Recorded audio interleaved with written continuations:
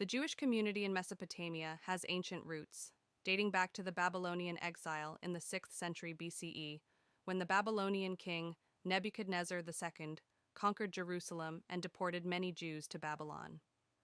Over time, the Jewish community in Mesopotamia continued to flourish under various empires, including the Persian, Parthian, and even early Islamic caliphates, significantly influencing Jewish culture, law, and religion. Ancient Israelite authors were certainly familiar with Mesopotamian literature and adapted these themes into the foundational stories that would eventually culminate in the Hebrew Bible. In the biblical story, God chooses Noah to build an ark and save himself, his family, and pairs of every animal species. Similarly, in a Mesopotamian flood story detailed in the Epic of Gilgamesh, the god Ea, also known as Enki, warns Utnapishtim, the Akkadian translation of the Sumerian name Ziusudra. The Epic of Gilgamesh was written c. 2150–1400 BCE, but the Sumerian flood story it relates is older, passed down orally, until it appeared in writing. When the ark is complete, God brings the floodwaters upon the earth, raining for 40 days and 40 nights, covering the earth for 150 days before receding.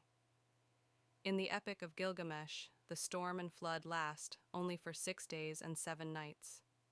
On the 7th day, the storm ends, and the boat comes to rest on Mount Nisir, Mount Ararat in the Noah story. Utnapishtim releases a dove, a swallow, and finally a raven to find dry land. When the raven does not return, it indicates the waters have receded.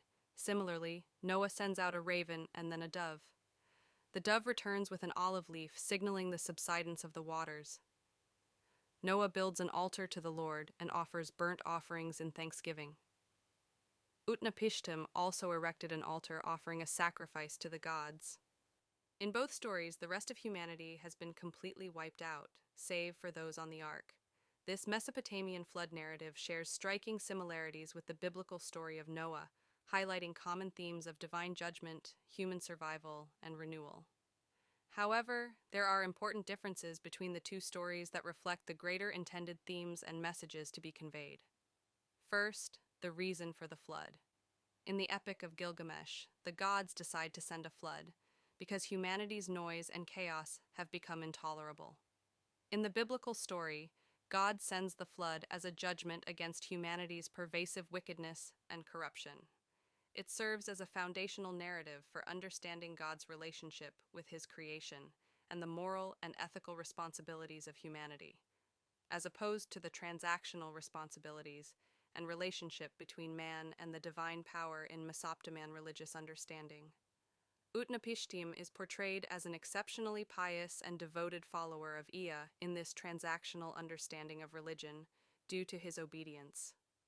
Noah, on the other hand, although certainly obedient, is also chosen due to his righteousness and blamelessness. That is, he is a man of good moral character. Another subtle but important difference are the survivors of each flood narrative. Both boats carry the chosen individual, their families, and pairs of each animal. In the Epic of Gilgamesh, Utnapishtim's ark also contains various craftsmen. This could indicate that accounts of Noah's story by ancient Israelite authors weren't particularly concerned with practicality or logistics. Instead, establishing the survival of one sole bloodline, one people, as the inheritors of the land is the intended takeaway. Lastly, the outcome and legacy of the flood varies. In the Epic of Gilgamesh, after surviving the flood, Utnapishtim and his wife are granted immortality by the gods. This divine gift is a reward for Utnapishtim's obedience and piety. The couple is taken to live in a remote and paradisiacal place, at the mouth of the rivers, far removed from the rest of humanity. Their immortality and seclusion symbolize a unique and privileged status among mortals, setting them apart as figures of wisdom and survivors of the Great Deluge. On the other hand, in the biblical story, Noah and his family are explicitly instructed to repopulate the earth, and Noah is seen as the father of a renewed human race. In contrast to Utnapishtim, Noah is not rewarded with immortality. Rather, God establishes a covenant with Noah, promising never to destroy the earth again with a flood.